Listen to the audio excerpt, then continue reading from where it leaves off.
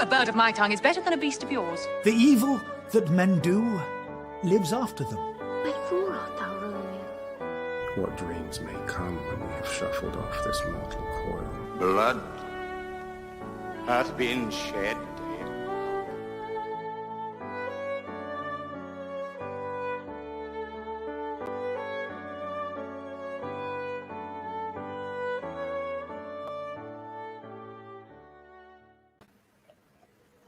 Hey everybody, welcome to Brush Up Your Shakespeare Season 2, Episode 4, Part 1. Yes, there is going to be a Part 2 and more on that later because we have a very special guest tonight. But before we begin, a little housekeeping. Happy holidays, everybody. Hanukkah has just ended. Happy Hanukkah. Christmas is still on the way, the New Year, and everything else that we're celebrating. Saturnalia, you name it, in honor of which we've got a little tree behind us here, and trying to get, unfortunately there's Shakespeare with his mask on, who's reminding you still keep your masks on because the pandemic continues to rage, and it's tough out there, and it's going to be for a while, even though all the good news with the vaccines, etc. So I hope you're taking care of yourself and taking care of each other. I will announce that it's the second person outside of of medical personnel in the world to get the vaccine. Apparently was William Shakespeare. That's true. 81-year-old William Shakespeare, somewhere in England, got the jab last week and kicked us off. So see, so many ways, and we'll talk about a bunch today in which why are we still talking about Shakespeare today? Why are we still doing his plays? Well, he's out there teaching us all the time. And he's the first to get the jab. So if you've gotten the vaccine, congratulations. I hope you're feeling well. I'm looking forward to getting mine, which probably won't happen for many, many, many months. Meanwhile, we will continue to do what we can and hopefully, like I said, take care of each other. So Merry Christmas, everybody. Like I said, this is the first of two parts. The second part with John Douglas Thompson is going to be on January 8th because we've got some more stuff coming up, including next week. It's a Wonderful Life, a live radio play, which is going to air on the Public's radio on Christmas Eve at 6:30 and Christmas Day at 2 p.m. And then again on New Year's Eve at 6:30 and New Year's Day on 2 p.m. So we hope you'll tune in to 89.3 on your dial if you have a dial, or in your car if you're driving in a car, or you can stream it online as well. You can go to our website, www.gamtheater.org, for all the information. So you can listen on your computer, you can listen in the car, you can listen on an old-fashioned radio or a newfangled radio. We hope you'll enjoy it safely at home in your COVID bubble pod with some cookies and whatever else you want to celebrate Christmas with. But it's a wonderful life. We did it last year here live, and now we can't do that anymore. So we translated the live radio play into a real radio play with live sound effects, the whole kit and caboodle, like it's back in 1947. And we're in the editing process now. I think I am safe to, I think I'm okay to say that it's pretty wonderful. So we hope you'll join in. So, without further ado, let's get back to Shakespeare. Like I said, this is Brush Up Your Shakespeare Season 2, hard to believe, right? Episode 4, Part 1. And very special guest tonight, an old friend who we go way back to our school days at the Trinity Rep Conservatory. And he is, out and about all over the place nowadays. He is on your stage. Well, he's not on your stage because of COVID, or he would be. But he's on your HBO. He's on your Netflix. He's all over the place. And we're going to talk about what he's up to and focus on the life of a classical actor and a renowned classical actor, one of the great American classical actors. Please join me in welcoming John Douglas Thompson. Hello. Hey, John. Hey, how you doing, man? Oh, good. Good to see you. And thanks for coming on. You are right now in Brooklyn, right? Yes, in Bed-Stuy, Brooklyn. Nice and cold, icy. Bed-Stuy, do or die, as they would, right? Isn't that the old thing, I think? Say when it was a rough neighborhood. It's right. Getting gentrified. It's not going to be Bed-Stuy, do or die. I'm going back. I think that was a line in Do the Right Thing or something like that. Yeah, so a long time ago. How's COVID treating you over there, and how are things in your neighborhood, et cetera? Actually, my neighborhood was one of those neighborhoods where I live in a it's kind of a Hispanic neighborhood, or borders on, right next to Williamsburg, pretty close. So there was a lot of high COVID rates happening. People weren't wearing masks, all that sort of stuff. It's a little bit different now. So now COVID's treating me pretty good. I wear my mask. I've told you, I think I told you last week, I must have had like maybe 50 or 60 COVID tests. Because in order to work, you have to be tested. So the protocols are pretty tight. So unlike people, I get tested almost every day. So for me, I'm pretty good. I've always been negative, which is great. And, you know, I'm just wearing my mask and social distancing and following Dr. Fauci's protocol. That's right.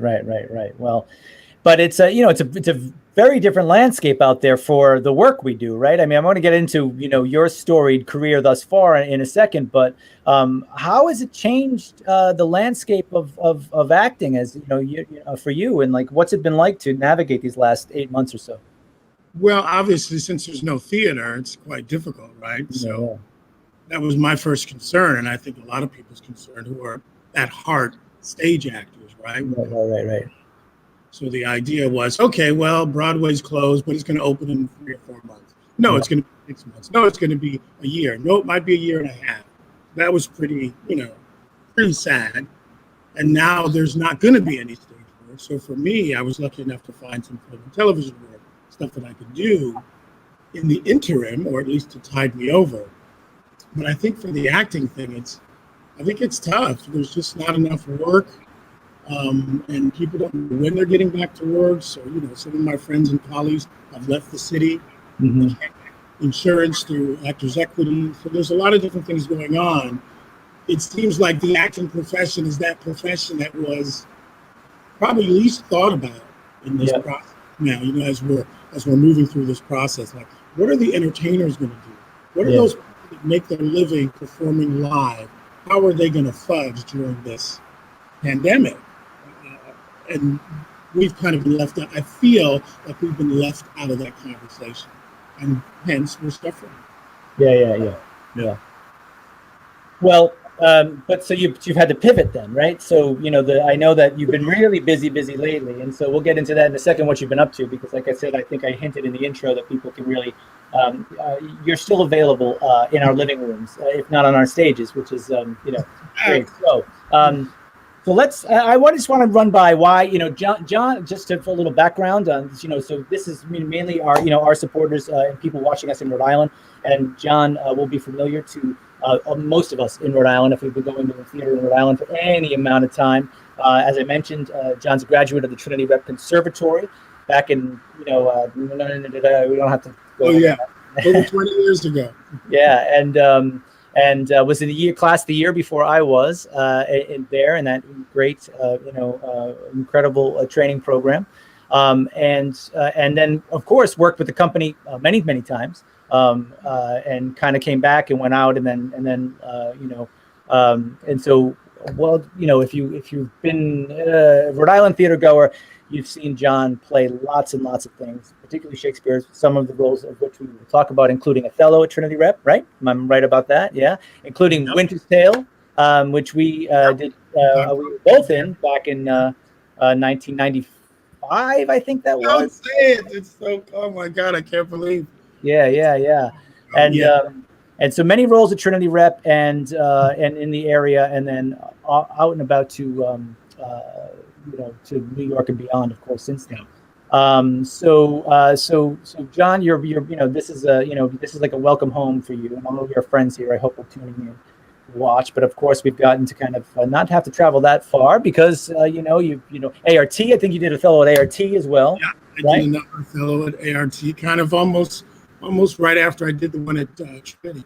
Yep, and then. Not too far down the pike there in at Shakespeare and Company, not shortly thereafter, right? Another Othello. You're doing all my Othellos. I did another Othello there. Yeah. I did an Othello at there was a company called the Rhode Island Shakespeare Theater. Yep, I remember. You did. And I saw it. You did that in your in between. In between my first and second year of Trinity. And I remember that was down in Newport. Yes, and Ed Shea directed. Yep. Linda Amendola, who was in the class above me, she played Desdemona. She was fantastic. Linda was great. Yeah. There's no one else that. I mean, I remember some of the names, but Lisa Lane was in it. Yeah. Class, but I don't know if anybody in the audience would remember some of these names. Yeah. It was a good production. It was a good production. I remember it very, very fondly. Yeah, and it was fun. That was my first attempt with it. Your first of how many? 7. 7. Wow. Yeah. So And is that number one in the number of times plays you've been in? I mean, I know you've been in Lear at least 6 times, right? Yeah. Lear's up there too, but I think Othello probably 7 and Lear probably 6 that I can recall. And we'll get into a couple of those Lear productions soon. Which was the most recent Shakespeare, I believe, was as Kent, the Earl of Kent in King Lear with Glenda Jackson, correct? It was the last on Broadway stage play I did. Yeah, that was over a year ago now, because that was June. We closed June of 2019. Yeah. But I've stayed since. But for and also another quasi-local production that we can look forward to. Some of you, we are, very close friends up at Commonwealth Shakespeare, had scheduled a Tempest for this last summer. And of course, that kind of went the way of the dodo. But you guys did a wonderful a Zoom version that was quite effective as Zoom versions go. And Steve Mailer, the artistic director, put together with the cast to whet the appetite for a production that we're going to, knock on wood, is going to happen next summer. We're hoping that it happens. I'm scheduled to do it in June. We start rehearsing in June. Yep.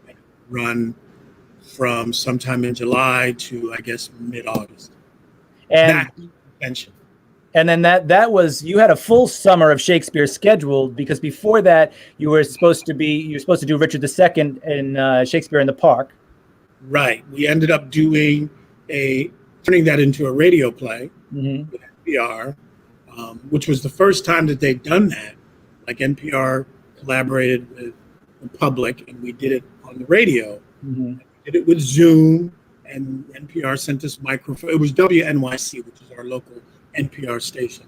Yeah. And he sent us microphones. We had computers, had to be hardwired. We'd record it. We'd use Zoom to record it, and then take the recording from our computer, put it on a disc, and then get it back to the NPR folks. And then they edited everything over the course of 2 weeks, and then they played it. In 4 parts, I think there was 4 parts. Yeah. Very interesting, because the actor had to become like a technician. Yeah. Right. We had to. I literally had to tape up towels in my bathroom, about 15 towels, because of the tile, so there wouldn't be reverb. So I had to do that with my bathroom, get another cord, because my modem is right under here in my computer, but I had to have like a 25-foot cord to run from my modem to my bathroom. It was just crazy. But we got it done. Yeah. And I think, I don't know, I'd have to check, but I think it's probably archived in somewhere. I don't know if you can still listen to it, because I know there are rights obligations and things like that. I think if you go to WNYC, yep, it should, and you put in their search bar and you put, Richard II, it should show up. I think they still have it. I saw it there about 2 weeks ago. Yeah. So, and that is also, cross your fingers, a hopeful return for next summer as well, right? Yeah, I think the intention was, we're coming back to do this when the theaters are open. And since it's open, New York Shakespeare Festival is a big open space.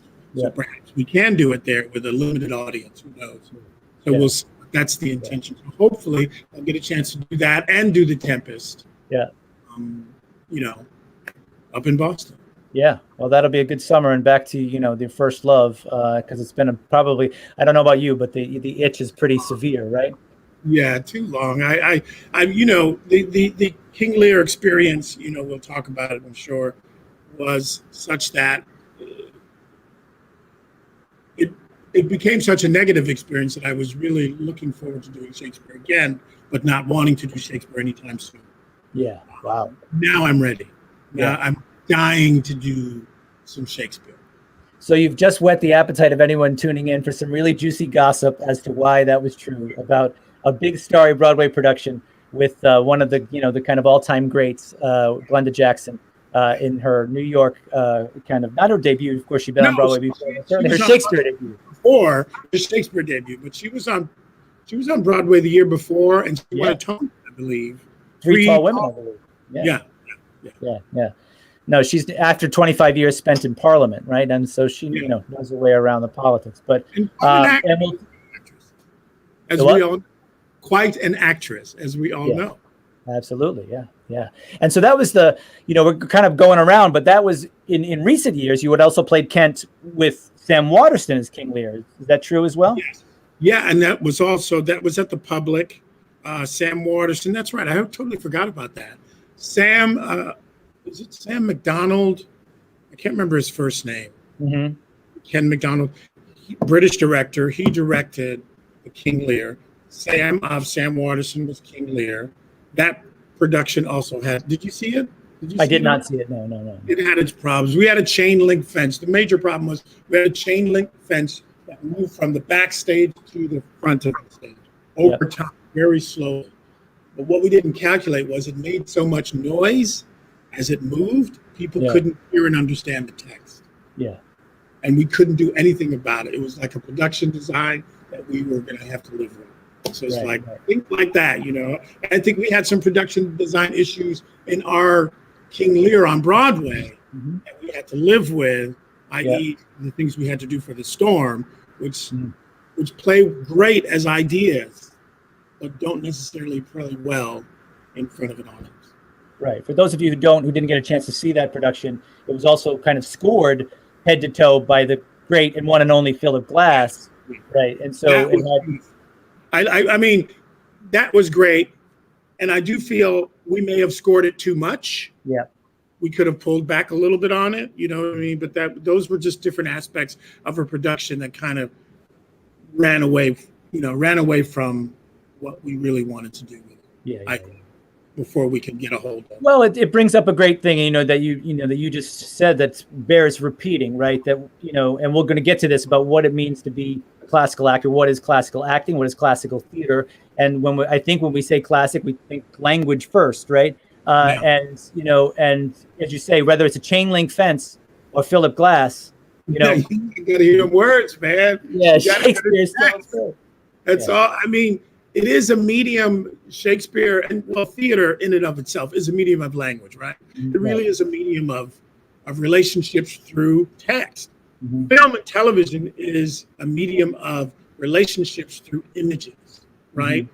The interesting thing that I've found that I'm learning as I go through this journey of trying to do more television and film is the camera is really looking at you internally, right? So the camera tells this internal story that you're either giving it or not. It's going to tell it. Theater is really an external story because you got to put what is in out because people also have to see it and hear it. But with film and television, that is not necessary to put a performance out. So performance is primarily internal. So it's just a different way of storytelling, right? It's really a different way of storytelling. We talk about classical acting having a certain respect for, let's say, Shakespeare and text and meter, velocity, pitch, all these different things that you learn in an effort to communicate through language, through sometimes very poetic, flowery language. It still needs to sound like English, but it's like, how do you do that? How do you manifest this kind of language to make it accessible for a contemporary audience? In film, you never have to worry about if they were going to film a Shakespeare play, not that they were going to make a film of some Shakespeare plays, and they have, but you find that they cut a lot of the dialogue. With the exception of, like, say, some of the Kenneth Branagh productions, like he did a full Hamlet, like the whole track.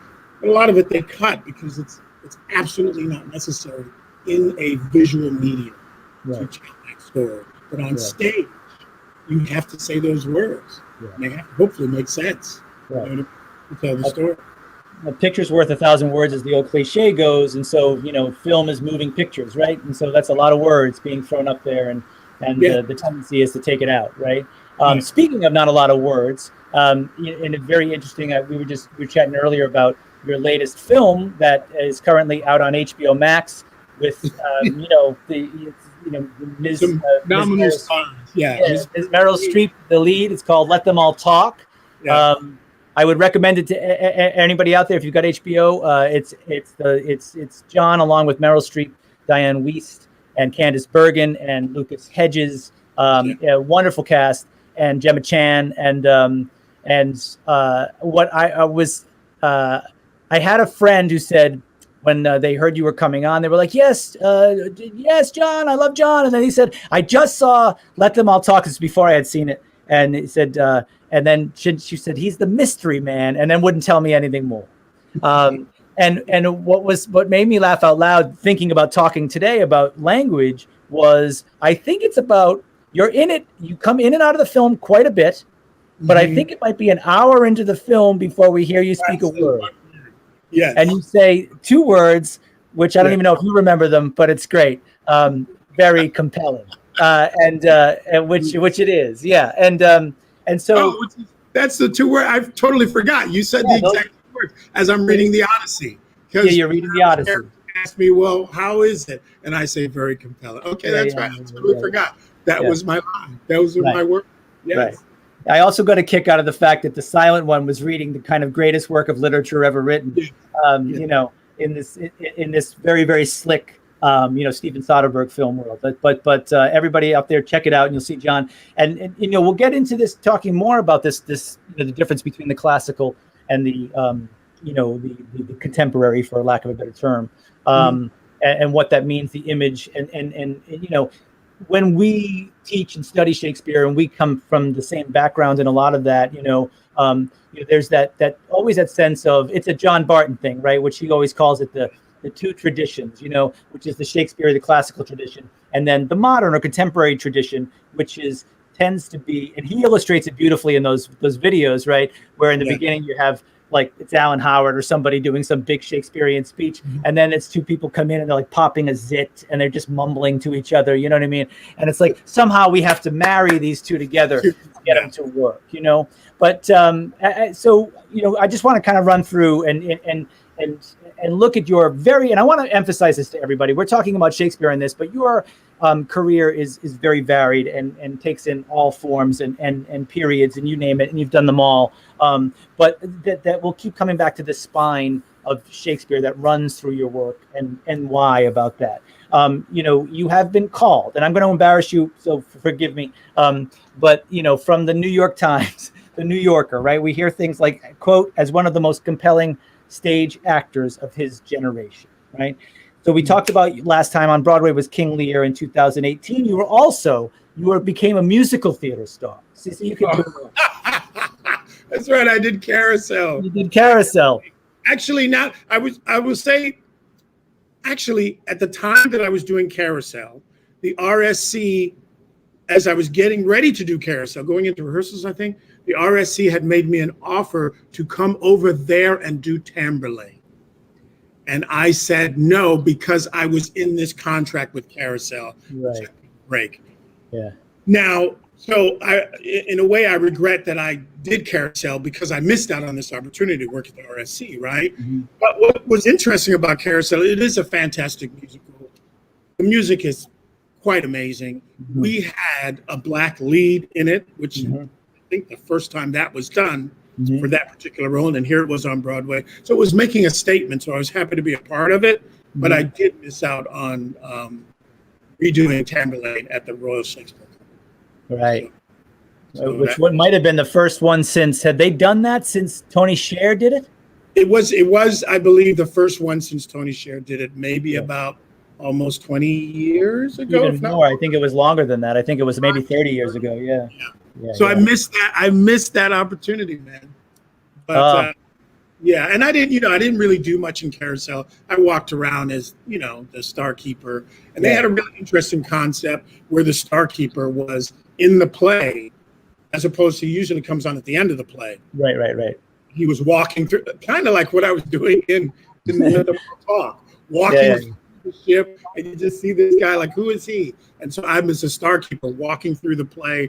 And by the time we get to the end, I've had all this experience in watching the main protagonist go through his particular journey, so I can then pass judgment. Did you ever think you'd be in a Broadway musical? No, and part of the reason why I did it is my manager, my agent, Ricky Oshan, and I've been with her for about well over 10 years. She always talked to me about Carousel. That was her favorite musical. She'd seen all these Broadway auditions. And I said, you know what? If that ever comes around Broadway, try to get me an audition and I'll be in the play just for you, because I know how much you love it. So part of it was, I was doing it for my agent. Oh, well, that's a rare thing, right? That's most of the time they're lucky they get a thank you. Yeah, it was my way. It was my Christmas present to my agent. So so much other stuff. So now we got musicals. Local audiences might also have recently traveled up to Boston to see you in Man in the Ring. With new play that happened up there. It was only a couple of years ago, for which you received Elliot Norton Award for Best Actor and I believe IRNE Awards too. In just a couple of years ago, you went the wrong way around of every other classical actor in the history. You came back to Hamlet, right? Yes. And in San Francisco. As an old man. Yeah. The thing about that was I felt like it was the one thing that I needed to go back and do at that particular time, because if I didn't, I would never do it. Yeah. I don't know. It looks like my picture's lost. Okay, you found me back. So I felt like, let me do it. And I knew I was too old to be doing it. But I said, if it's cast properly, we should be able to maybe pull it off. And it was an interesting experience. I will say, I certainly love the play. Everybody that I talked to prior to going into it talked about, it's going to change your life. It's Hamlet. It's this. It's this epiphany. It's such a profound experience. And I'll be very honest, I didn't find that. And maybe because of my age, right? I came to it as an older, mature man. So there were maybe parts of Hamlet's journey that I could never necessarily connect with because I wasn't at that same level, right? Of maturity. Yeah. So, but I mean, actually going through the journey, Hamlet's journey was quite fascinating. Right. But it wasn't an epiphany. It didn't provide me with some life experience that was missing that I never had. What I got a chance, twice to do it. Once as a, kind of properly aged 26-year-old, I believe. And then when I was 40 and yeah, it's very different. And I think you do find what we found working on that too, right? Is that play, the time in that play is very interesting, right? It starts right off in that first scene where, it's midnight, right? And then within 5 minutes, the cock is crowing, and here it comes, And so there's this idea that as we discovered that, looking through that, he starts, as a kind of college kid and ends as a middle-aged guy. You know what I mean? It's like there's that much life is packed into that, and we get time sped up over the course of the 4 hours, if you do the whole play, of course, or the 3 hours traffic of that particular play, that by, the rest is silence. It's been quite a life. You know what I mean? Whatever the time of the play. Well, that's what I mean. The stage journey that the actor takes is quite amazing, right? Mm-hmm. It is quite a life. Mm-hmm. I guess this is a really interesting thing. Like, you cannot, if you're going to go into playing a role like that, or any of these major roles, whether they're classical or contemporary, you're best not taking advice from anyone. Maybe read up, do your research, read about the play, understand the words, understand the text, relationships, but don't ask what I did, ask other Hamlets about their experience, and then trying to duplicate it, or have that experience that another Hamlet had. Right. That, I think, part of my mistake. Had I just gone into it without knowing about those other experiences, as I have done with other plays and other iconic roles, I do have a life-affirming and wonderfully profound experience. So the Hamlet was the only major role that I played. I didn't have that kind of an experience. Right. And I want to go back to it to have the experience, but it's too late now, right? It's pretty soon. It's like no one wants to see a 60-year-old Hamlet. I don't know. Hey, Jacobi just played Mercutio, right? And was It's funny. Yeah. Well, maybe I'll. I guess. No, there were two plays I said I probably wouldn't revisit. Hamlet and the Scottish play. Mm-hmm. One-shot deals. Yeah. I don't want to do another. The Scottish play that I did was, I think, a good production, but fraught with all sorts of little mystery things happening that couldn't be explained. After I got done with the production, I had a detached retina, so I had to have that taken care of. Wow. Like right after the production closed, boom, detached retina. So I was like, I don't want to deal with that play again, and I don't want to do Hamlet. That's so interesting. That was Theater for a New Audience, right? Yeah. So you also did Othello. One of your Othellos was there as well. And yes. I did. There was a year that I did solely just Othello. In a year, I did 4 productions of Othello. They were two theaters, but they were 4 separate productions. From the beginning of the year to the end of the year, that's all I did was Othello. Wow. Yeah, that was great. And we'll have to get that's the, and this, we can certainly, I'd love to hear you talk about this too, is like, what is it like to, to immerse yourself for that long a period of time, that intensely over that many years, as you as a person change, like you said. So your first Othello, you were still in grad school. It was over down in Newport, down at what's that, St. George's School down in Newport, I believe. Yeah, and their gymnasium, or their auditorium. Yep. And so that's as a young man in your 20s at the time, and then or late 20s or 30, and then to play it again to play it that many times over a 20-year period or more, right? I mean, what is that like? And what a gift to. Yeah, they're all the productions kind of had different themes. Like, let's say the one that I did at Trinity with Amanda Daynard, the great director, was really all about what do men do who are warriors but no longer have a fight, no longer have a war to fight. Right. So then they fight each other, right? So that was kind of a simple theme. The one I did at Tofana was really about romance, this romance between Othello and Desdemona. How about centering that as the story? Not even the relationship between Iago and Othello, but let's center Desdemona, and let's center the women of the story, even Bianca and Iago's wife, Amelia, centering the women of the story. What does that do? And that made a different production. So the point that I'm trying to make is each production had a different particular value that made the production very different. So I never got bored. It was always this level of exploration, each performance, each night, each production, because they were so radically different. Now, the themes of the play stayed the same, but the way in which they were executed and manifested were always different. And so that's I always talk about Shakespeare and say, well, you can do this work for the rest of your life, right? Right. There's so many different ways you can contextualize it and do it and perform it with so many different aspects to the play. You can work on these things for life. You can go through the canon and come back. And that's what I've been fortunate enough to do, is like go through the canon or aspects of it and come back and redo another play. And it's never been for novelty's sake. It's never been like, well, let's try to improve upon what you did or do the same thing that you did before. It's always about how to create something brand new with this incredible play. Yeah.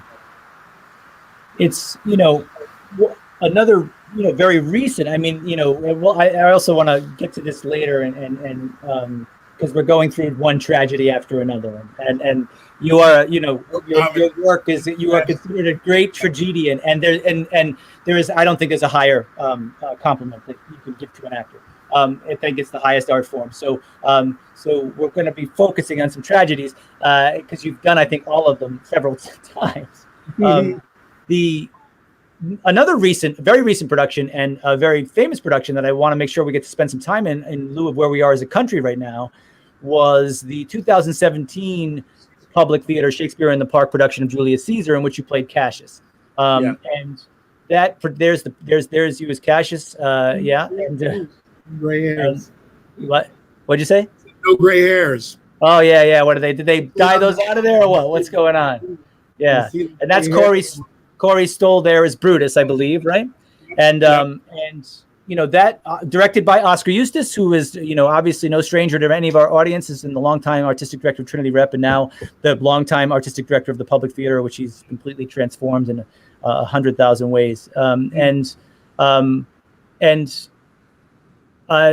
production was, I think is probably going to be a historically remembered production for its social impact as well as its artistic impact, obviously, in that, it's famous for those of you who maybe don't remember the brouhaha, or maybe it's come back to you with what we're going through now, for being quite contemporary in its conception and depicting Caesar, the character of Caesar, and his wife Calpurnia very clearly as a manque for Donald Trump and Melania, right?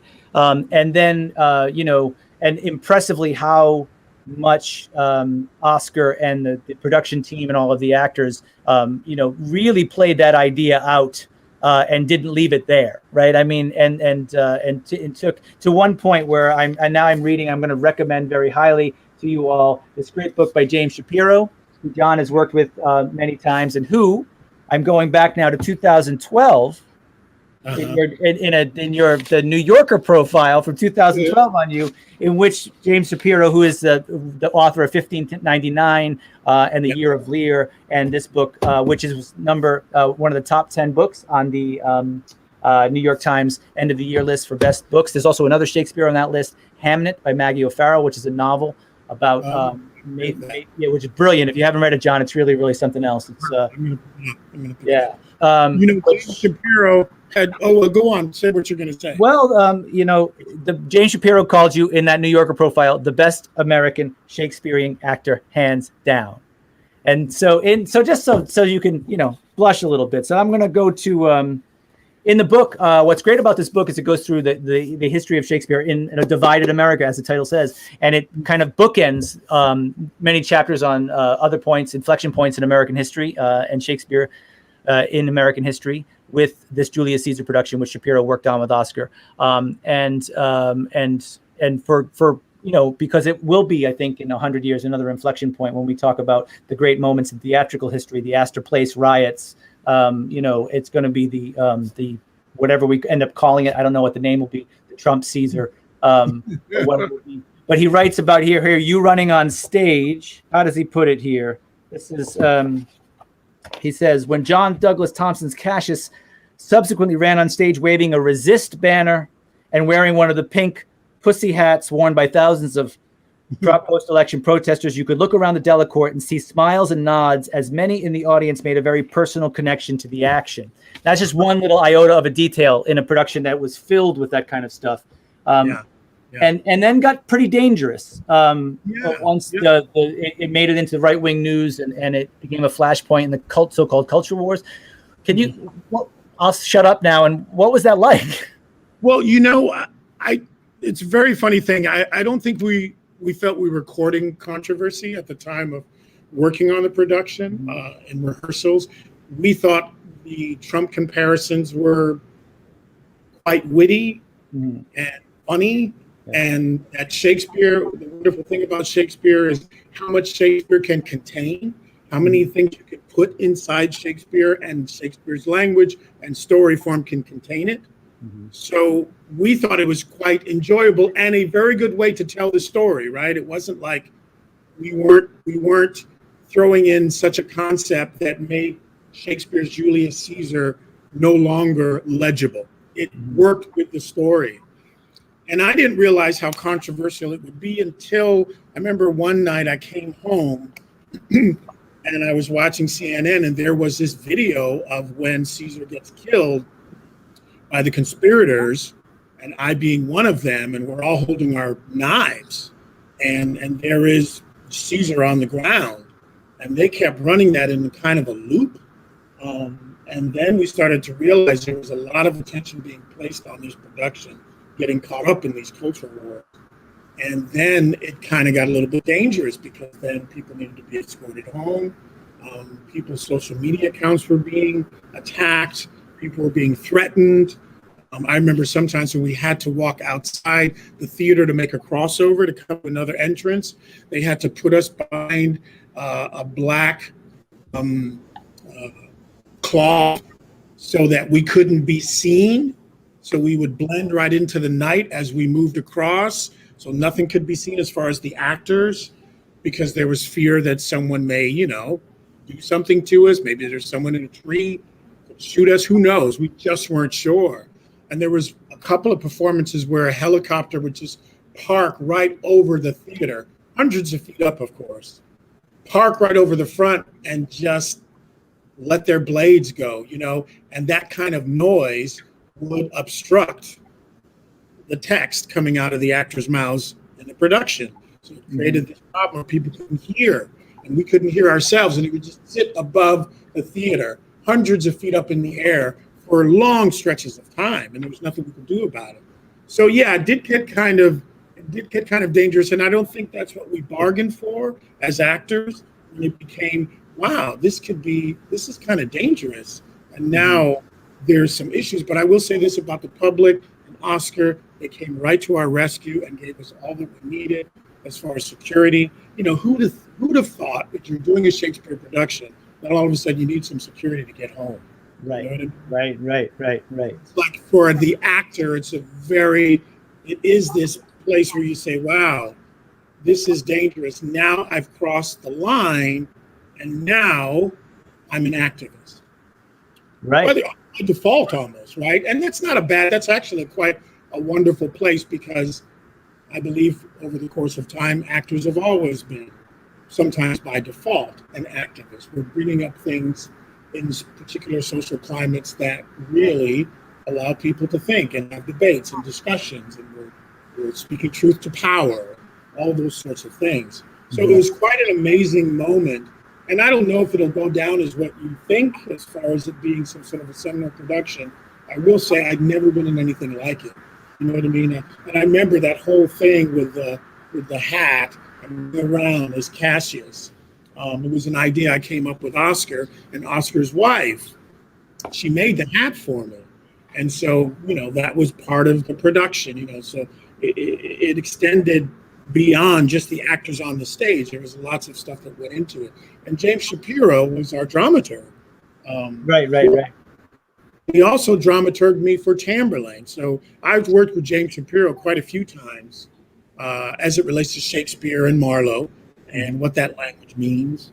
And his input, you know, he's quite brilliant. His input into the production as far as what these things mean or what they can mean in a contemporary setting was profound. Right. And once we tapped into that, maybe it was the zeitgeist, but we tapped into that in that production. And listen, there were people bum rushing the stage. I think people were paid by various conservative parties to rush the stage and stop the show. I don't know if that's what you saw when you came to see one of the shows, but that happened often, and we had to have New York City police there as plainclothes detectives, if you will, to be in the audience. So when that happened, they would go right into action. And they'd grab the person, you know, zip tie him and take him out of the theater. We'd stop the show, and we'd restart the show. The audience would clap. They loved it. And then we'd go right back into the show. So, yeah, it was just kind of a thing where it became this political theater, live political theater each night. And people wanted to see the show because of all the controversy. You know what I mean? Mm-hmm. Yeah. So yeah, it was something. I you know, I don't know. I guess I would do something like that again, but knowing how those things kind of play out and knowing what support the actors need from the various company or the company that's putting on the production is absolutely necessary, because it can get kind of dangerous. Right. We were scared, you know what I mean? That they were getting threatened. I don't have a social media profile, so I didn't really receive any of those threats. You're here, yeah.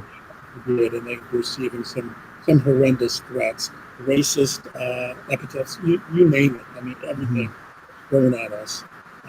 And that's not what we bargained for when we all signed our contract. Yeah, we're going to bring a production of Julius Caesar. It's going to be fun, you know what I mean? I mean, Julius Caesar's such a great play. We learned it in English class. We studied it, you know, as children, as young adults. Many young adults have had interaction with that play, whether as actors or just having read it in an English class or a history class or a Shakespeare class or whatever. So people know the play, and it was absolutely appropriate. And I think Oscar's take was quite wonderful.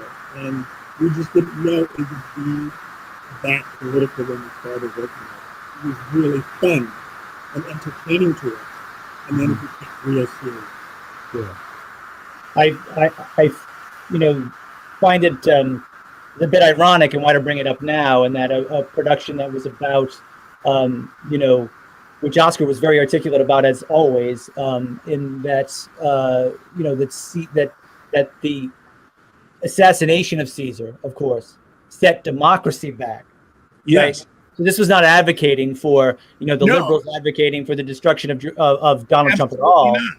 It was saying that if you do that, you Yeah. set democracy back. So that's the wrong way to do it. And I think that's what Shakespeare was saying. That's not how to fix democracy, right? So, but that message in the conservatives' hands got twisted. Yeah. And then it became, this is what liberals are doing, and this is what they're promoting. And here it is live on stage, because all the clips were really just of the conspirators. Right. And Oscar had cast a very diverse cast. Right. So the conspirators were of all different backgrounds. Right. And so that's what they were trying to say, and that we're out to kill the president. We're out to somehow do harm to the president. That's what we're promoting. And here it is, live in New York City, a liberal hotbed where you can see it every night, rehearsing of the killing of the president. You know what I mean? Yeah. And that's not what we were saying. And that's, we were doing that in the context of Julius Caesar giving the message that you do not kill in an effort to repair democracy. That's not the way to do it.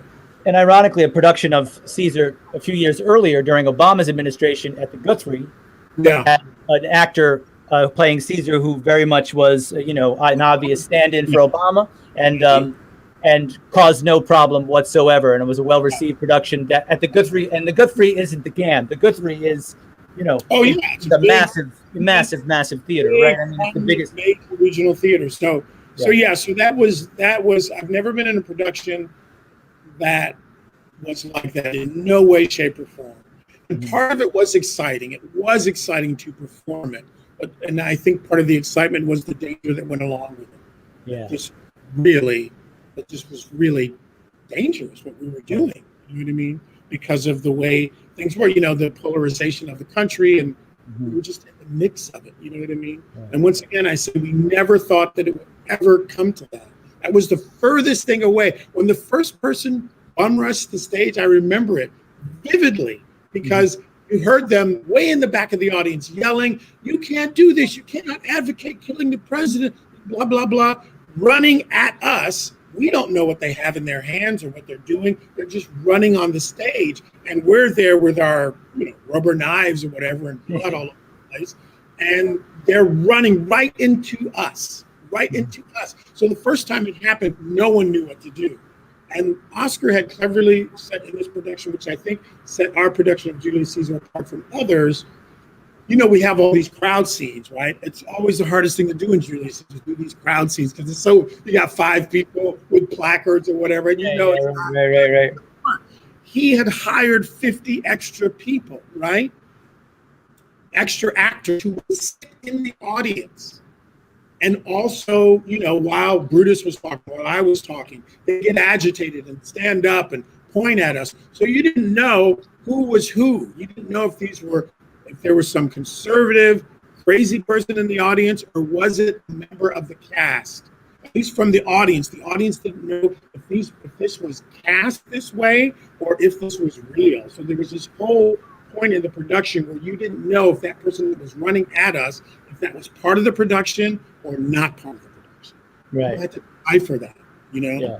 And then, like I said, it was very unsafe that first time it happened. And then right after that, we had security, plainclothes detectives, plainclothes cops, NYPD surrounding the theater, all the way in, all the way out, So it was intense. And and the theater lost funding on those issues, and corporations that decided to withdraw their money, blah blah blah, blah and all of that. But of course, in that case, there were enough people to kind of pick up the slack and say that we're not going to stand for this. So it had a galvanizing effect on every level of what we do, And there was one thing, I would consider myself far more towards I would say the James Shapiro kind of end of things. He famously, when asked about the Oregon Shakespeare's commissioning of the translations of Shakespeare's plays, they tried to get involved in that.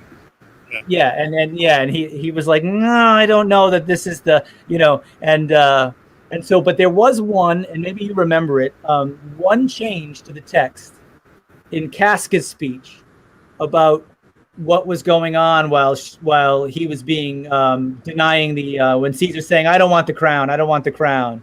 Right? Oh, yeah, that he could shoot him. Yeah, what Trump said, I could shoot someone on Fifth Avenue.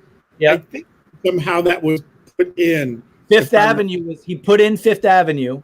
That was Yeah. the only thing that was put in, and now I'm going by the blow for blow in this, because actually I actually didn't get to see the production. I couldn't get to see it. Okay, I'm going by so I'm just going by what Shapiro's telling me in the thing. But that the actor playing Casca and then pointed towards Fifth Avenue, and I thought, well, that's one place where even the purist in me would just put my hands in the air and say thank you, because talk about a galvanizing, like, it's right here, it's right now, it's for now, it is ever present. This is not a toga play. This isn't about, this is about how we're living today and amongst each other. And I can only imagine for a production like that to have that many kind of jolts and thrills, and not just, for shits and giggles, but to really galvanize people to think about the world they're living in right then and there, And then the world has. Go on. I'm sorry. No, go ahead, please. Oh, I even threw in my own contemporary Allen Iverson moment. I don't know how familiar your audience is with Allen Iverson, but he was a basketball player. 76ers basketball player, 76ers, great basketball player. And, there's one time where I think he made some incredible shot after he shook this person with the dribble and made some incredible shot, and the person fell down. Yeah. He just stepped over the person. Yeah. Sometimes you put the hand down and help someone up, or you walk around the person. Yeah. So I did that after we had done with Caesar, and I had to have a conversation with Brutus. I just stepped right over the body. Oh, wow. And no one probably got it. I know I did it because I seen Iverson step over the body and just keep moving forward. So I stepped over the body, grabbed Brutus, had a discussion with him, came back, blah, blah, blah. So that's a little contemporary ode to Allen Iverson. Shout out to Allen Iverson. Yeah, that's not, well, and we chatted about this before, and and we'll get to talk a little bit more about this too, which is process stuff, and personalization. And that's a fun little thing, but that stayed with you as a gesture of defiance, of F you. Yeah. I did my thing, you know what I mean? I got all out of that. And I mean, for an audience that watches you do that with Trump on the ground, you know what I mean? There's just a power to the aggression of that is going to probably chill people, I bet too, because right away in that play, no sooner do the knives go in, but it's like, Will Ferrell jumps into the bear pit and says, I immediately regret this decision. You know what I mean? Like, it's not so, this isn't going to end well. You know what I mean? We worked on that as far as when we rehearsed it, the whole thing when Mark Anthony comes in, how we deal with Mark Anthony. And we had the fabulous Elizabeth Marvel. Sure, yeah. Oscar made so many smart decisions in that production, the casting of it, because let's face it, have we ever seen a female Mark Anthony? Right. This was the first that I'd seen, and it's like, why haven't we seen a female Mark Anthony? Yeah. Or a female Julius Caesar, or a female Brutus. We need to really look at gender in these plays and not cast them the way we have in the past. So anyways, Oscar did that, and I thought Elizabeth was fantastic. The whole idea of casting these 50 extras was fantastic because it made, you didn't see it, but it made all those crowd scenes real. Because those 50 people were sprinkled in the audience of 1,800 people. And they would stand up, talk with each other, and then come on the stage, go back to their seats, talk with some audience members. You know what I mean? Like, what's going on here? So you got this feeling that it was real. You know what I mean? Yeah. Just things like that. And it's, as you said, and I said, it's a great play. It needs to every 5 years be taken out and shaken up and contemporary audience in a contemporary way. And so, there were a lot of those little,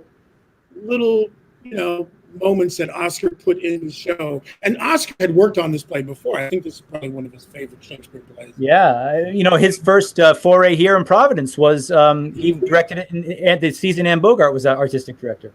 Right. So it's one of his favorite plays. And he was really trying to find a way to make it accessible for that audience in 2017. And I just thought it was brilliant. And the individual, I think it was Greg Henry who played Julius Caesar. He was brilliant. You know what I mean? So I'm happy to be a part of the production, but like I said, it came with some danger. But then maybe when I look back on it, it's like, you really felt alive doing that show. You know what I mean? In a way, because you knew of the inherent danger. And I knew someone was going to get up from the audience and bum rush the show. But what I did know was also there was New York City policemen there, and they were going to stop that person before they got to us. Well, there's a great, Shapiro says in the book that, and you may recall this, that I guess maybe the first time that the show was stopped by an intruder rushing the stage, that once the brouhaha and they were taken out and there was more stops because they were screaming outside and it got crazy, that when Buzz, who was the stage manager, came on the mic to get you guys going again, she said, "Take it from freedom and liberty." Yes, and the audience erupted. And that was so beautiful. And we were like, it filled our hearts as actors on stage. You know what I mean? And you just felt like, I felt like the theater that we were doing in that moment was so vital. Yeah. Like there was just a direct connection. It was hardwired. You know what I mean? Yeah. And not to say that you don't get that feeling, or I haven't had that feeling before, but this was something different because it's so tapped into the zeitgeist, It was so contemporary, so surface. So. Well, and still remains complex if you look at it truthfully versus letting it become with people using it for propaganda purposes. That was not the intention of the production, and anybody I think and people who cared about the theater, the thing I kind of beat myself up for not having been able to see it was I would have loved to have been there for me to challenge as an audience member who may be like, at my worst, get rid of that guy, he deserves it or whatever, and then to be kind of brought up short to say, do I really mean that? Is that what I want in the world? What do we unleash when that kind of those fantasies come out of us, and we think, because it's like, when will it be turned against you? Do you really believe in a republic? Do you really believe in a democracy? What does it mean to believe in that? Yeah. I mean, that's the great thing about the play and the plays, right? They really, when done well, they really create a debate. They really unleash something, right? There was something so vital about this play that it unleashed in the public in a way that at least hopefully made people say, wow, plays are really important. They're really vital for our culture, for our community. This is why they work, you know what I mean? There was something about, I'd like to feel like each time that we do a play, that it is vital, that it has something to give the community, and the community has come to receive, right? But it can also unleash things within the community. That's the power of it, right? That's the power of really good writing, really good storytelling. And this is basically the story of the fall of Rome, right? So there's lots of truth in it. So this is like, is this applicable? The best line there was a line that Cassius says, how many times will this be reenacted and parts unknown? And I can't remember the specific line. He's talking about this will happen again and again and again in languages that we don't know, that we don't speak, in parts of the world that we'll never know. Now we did this, it will happen again. And I remember saying that, and it always hit me the same way. It's like, and that's what has happened. There have been those kinds of events, right? In great republics, not so great republics, all over the world. So you start to realize, wow, the power of Shakespeare, the power of these plays, when done hopefully well, are provide profound levels of understanding, Yeah, and that's a reason to do the plays. I mean, people say, why do Shakespeare? So, when it's done well, it's pretty profound. It really speaks to human beings. It really speaks to our human nature, collectively as a community or individually as a person, And I was talking about that before, like always feeling like if I'm going to do a stage play that there's some sort of necessity, like there's a person in the audience that's there to hear the message that I'm about to deliver. And if I don't deliver it, and hopefully deliver it well, they're not going to get the message. They came for some healing, and I'm not providing that. So they leave that situation, and who knows what that means, you know what I mean? There was this point where we were supposed to meet and exchange some ideas and both walk off and bring that into our lives. But I missed that destination. I missed that appointment. So I think great plays, great characters, and great productions can really speak. And I always felt like even if I'm speaking to one person and one person gets it, then I've done my job. Because as I was saying to you before, the way in which I got into theater was I was at Yale Rep and I saw this incredible play that made me think about my life, my family, and made me want to become an actor. So I know how profound that level of artistry can actually be. You can affect someone. You can truly affect someone. I wouldn't be having this conversation with you now had I not have sat and seen that play. I wouldn't be an actor. What was that play? Joe Turner's Come and Gone. Yeah. Because I didn't even go to plays. That was the second play I'd seen in my life. And it was because of a date. I went because of a date. I didn't go to see the play. I went because of a date. So the reality is, had I not have gone to that show, I probably wouldn't have gone to another play because it wasn't of my interest. I didn't know these things existed, right? I didn't know there were things such as regional theaters that did plays. And Shakespeare? No, nada. I knew of Shakespeare, but didn't know. I've never seen a live play. So I know the effect of a good play and a good production. It can be profound, and I'm an example of that because it started me in my career. Well, we're at the end of our first hour here, and that's a good segue because I know it goes by so fast. Because Joe Turner's Come and Gone, the late great August Wilson, who one of your more recent productions, just from a couple of years ago, your portrayal of Becker in Jitney. It was the same year we did Julius Caesar. Yeah, what a year, huh? Theater mattering left and right, where you played Becker and were nominated for Tony Award for that production as well. That was on Broadway, and you did it a couple other places as well, I think, right? That production traveled a bit before it got to New York. It did, but I didn't do the tour of it. Oh, you didn't? Okay. After we closed on Broadway, they went on a little tour, and they actually had to stop the tour because of COVID. Yeah. So when we come back, our part 2 is gonna air on January 8th. We're gonna go back to Shakespeare, but we're gonna talk about what it means to be a classical actor and how that work connects to all your work. In your work in other authors from Shakespeare's period with Marlowe. We're going to talk about Tamburlaine, and who we were talking about earlier, and we're going to talk about August Wilson as well, and look at Jitney, and talk about how the notion of classical language still plays in our tradition today and why it still matters. So, John, thank you for this first, right by us, whiplash hour. And we're going to do more of it. We'll get to some text as well. We'll get to hear some text hopefully from Tamburlaine and from Richard II and from Jitney as well, and maybe some Othello. So depending, but who knows? It goes by so fast. We'll do what we can.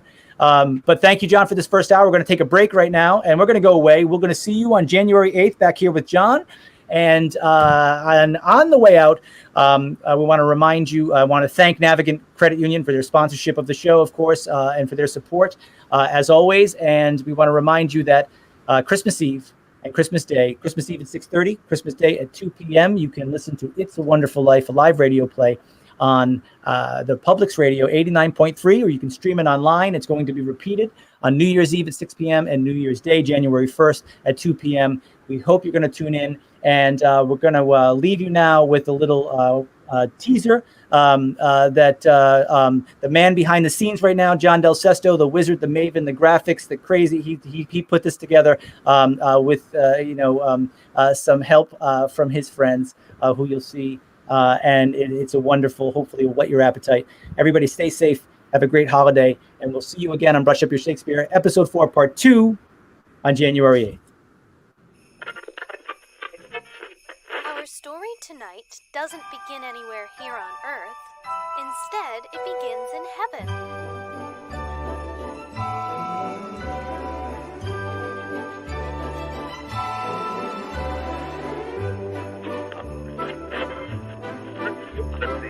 Last one to the bottom is a rotten egg!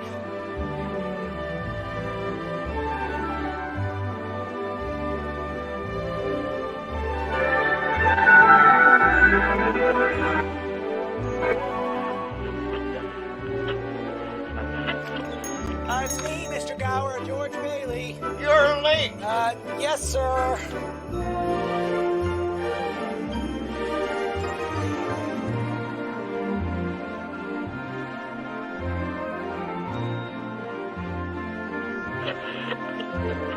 Don't you ever get tired of just reading about things? Yes.